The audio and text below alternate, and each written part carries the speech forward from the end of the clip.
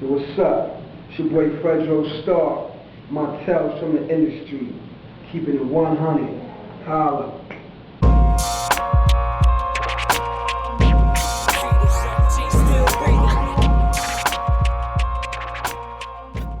Yo, just want to tell y'all one thing and shit, because this one right here is some real shit. Like everywhere I go, interviews, walking in the street, the number one question a lot of times is, yo, what's up with you and 50 Cent? What's the beef about? I'm going to give it to y'all niggas exactly how this shit whole started to this day right now. Yo, we both was on Jam Master J Records, you know what I'm saying, JMJ Records. He's from Southside Jamaica and we from Southside Jamaica, so we definitely got some of the same struggles, you know what I'm saying, on that level. We was doing the third album, the Shut 'Em Down album and shit, and Jay used to always say, yo, I want to get 50 Cent on some of these records with y'all. You know, we got our own crew, Fishy Nass is like 30 deep, so it wasn't really a lot of slack for the dude, you know what I'm saying, but on the strength of Jay, and being that he was from Southside Jamaica, I was like, yeah. I like him, I think he's a great artist, I think a nigga nice. Boom, when we get a slot, we definitely gonna put him on there.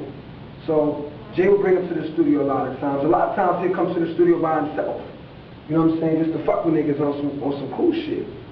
So, we did this record called React. Dun, dun, dun, dun. When I heard the beat, I was like, yo, I think 50 Flow will be crazy on here. So I called Jay and shit. Jay was like, yeah, I'm gonna bring him up there. So 50 came to the studio. And he laced the track. Shit was crazy, you know what I'm saying? He definitely did his thing and shit, you know what I'm saying?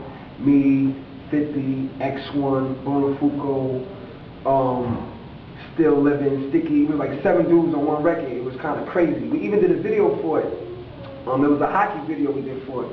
But one of the ill things about that record is my man Baguette, one of my close friends from Brooklyn, he was on a slot that 50 had, and I took him off the slot to put 50 on the joint. So he was feeling the kind of ways too, so you know I had to take that into consideration too. Like, you know, if you put somebody on a record, they really want to be on that record, so it was like, damn, I didn't lose the friendship, but we had a little, you know, whatever. So the record came out crazy, you know what I'm saying?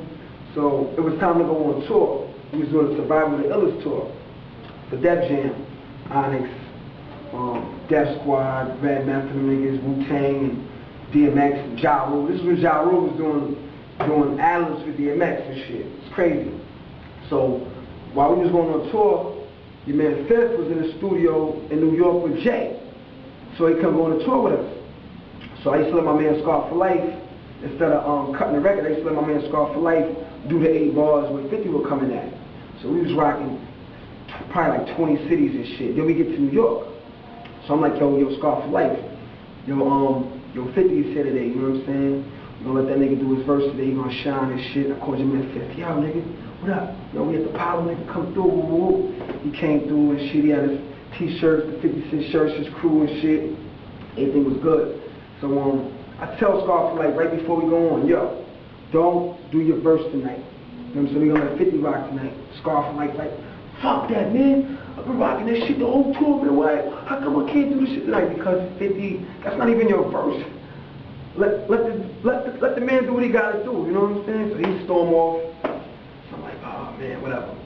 I ain't really got time to really, like, you know, deal with all that shit. So when we get on stage, we rocking, we rocking, and when 50 verse came on, when it was his time to rock, he got the mic in his hand, but then Scar for Life comes out of nowhere and starts doing his shit. So 50 was just like, oh shit. So I knew he felt a certain kind of way because, I mean, he was down with us, but he wasn't official Nash. You know, he was down with us on the strength of Jay. So he just walked on stage and shit. I forgot about that shit. It ain't really registered in my mind what happened. You know what I'm saying? The night just went on and whatever. And I never really thought about it after that. So, I started hearing records and shit. We heard this record called How to Rob. It was a 50 Cent record called How to Rob. And he had a certain line in the record coming at Sticky. And when we first heard the record, Master Flex was playing shit, you're like, what the fuck, why is this nigga coming at Sticky like that? You know, what the fuck is the problem? You know what I'm saying? And then we started hearing mixtapes. I mean, he's still getting at Sticky. I guess he was coming at Sticky because I guess Sticky's probably the illest lyrical nigga in Onyx, so he probably wanted to just shut him down or whatever. So he kept coming at Sticky, or I guess he wanted to battle the nigga and call a nigga out. Same thing he was doing with Ja Rule and Nas and Jay-Z and all them niggas. But Sticky never really responded. I'm hearing records like, I got bigger fish to fry than Sticky and Ja. One record he was like, some shit, I'll smack your eyes straight, just coming out of his mouth, crazy. So I'm like, yo, this is crazy. So then somebody came up to me and was like, yo, you know why the niggas be dissing y'all niggas, right? I'm like, nah, what's up? He's like, yo, man, I think he was telling me about the time at the Apollo. I was like, oh shit. It just clicked in my mind like, oh shit. That shit that Clay the Raider did, the Apollo, made the nigga probably feel a certain way about Onyx forever. You know, if you're at the Apollo ready to rock, this is New York City, packed. If somebody do that to you, I probably would feel a certain way too. You know what I'm saying? Like niggas play me and shit. But it wasn't intentional, shit happens. And the nigga just swung at the nigga, boom, like, so some security guard grabbed me, pushed me back, and like holding me like, yo, somebody gonna touch me, I got you. I'm like, fuck that. I'm like, right now, I'm going crazy. Niggas try to swing on me.